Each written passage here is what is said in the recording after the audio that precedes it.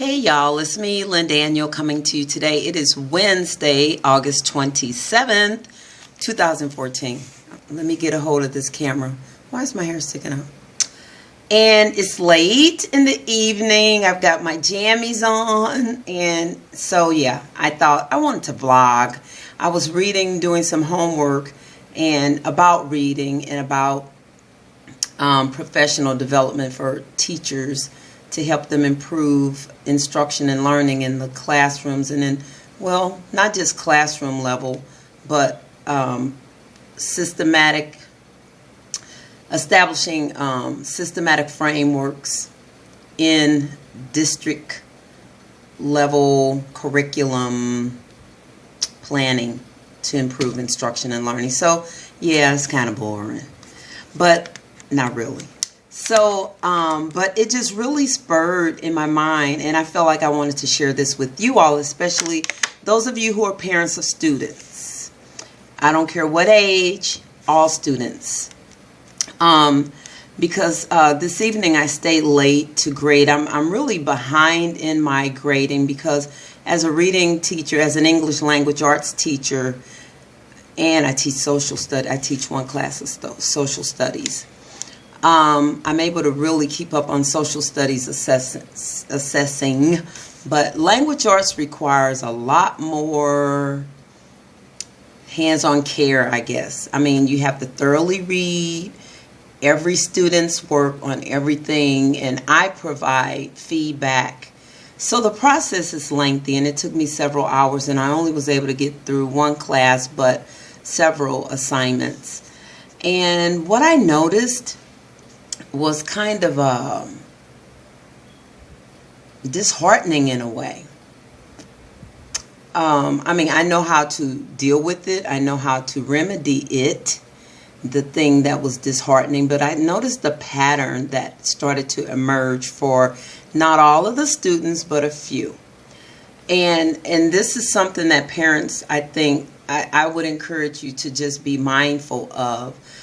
In reading, in English language arts, there are so many layers to reading. You have that verbal layer that deals with students being able to read fluently, and then even that includes like decoding words and the science behind the language.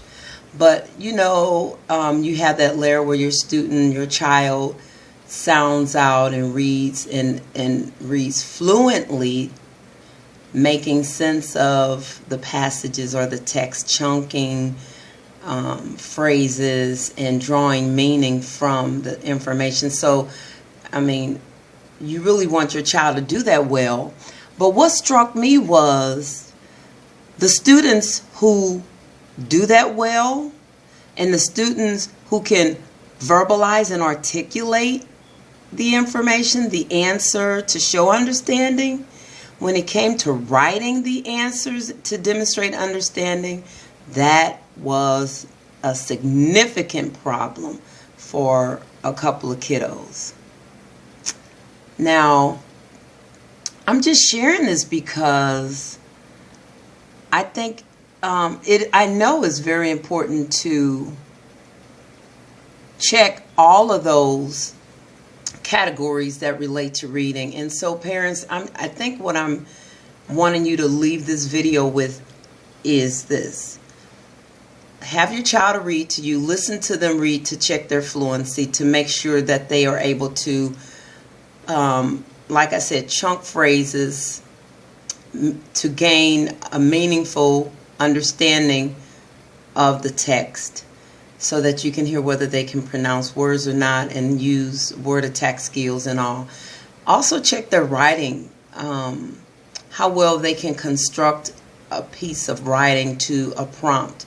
Like you give them something you want them to write about, whether it's a book report or just tell them to write about their birthday or their favorite something.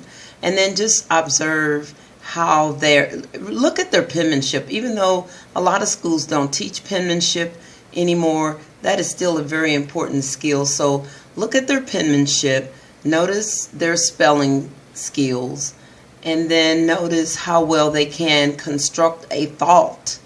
They can write a thoughtful passage, and express their understanding of whatever that topic is. That they can articulate it well, and they can organize their ideas. You're looking for them to be able to show just understanding of the language and of the whole writing process. They have a beginning, a middle, and an end.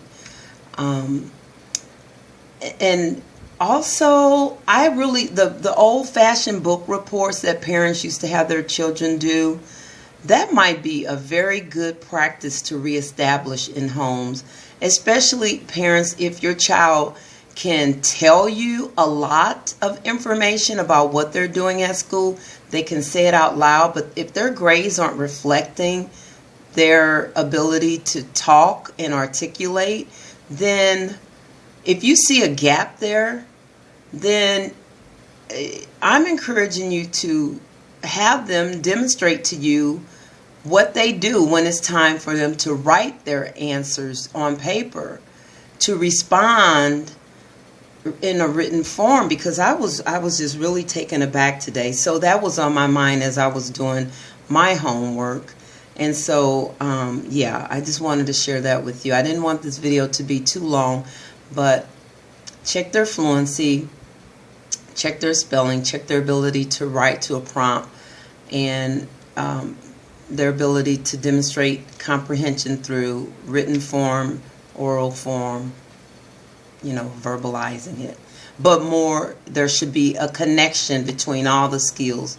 Like, you want to see continuity and skill ability. You want to see growth and development and improvement in all levels. So yeah. All right. Hope it helps. Hope it makes sense. I think it does. Be blessed. Bye.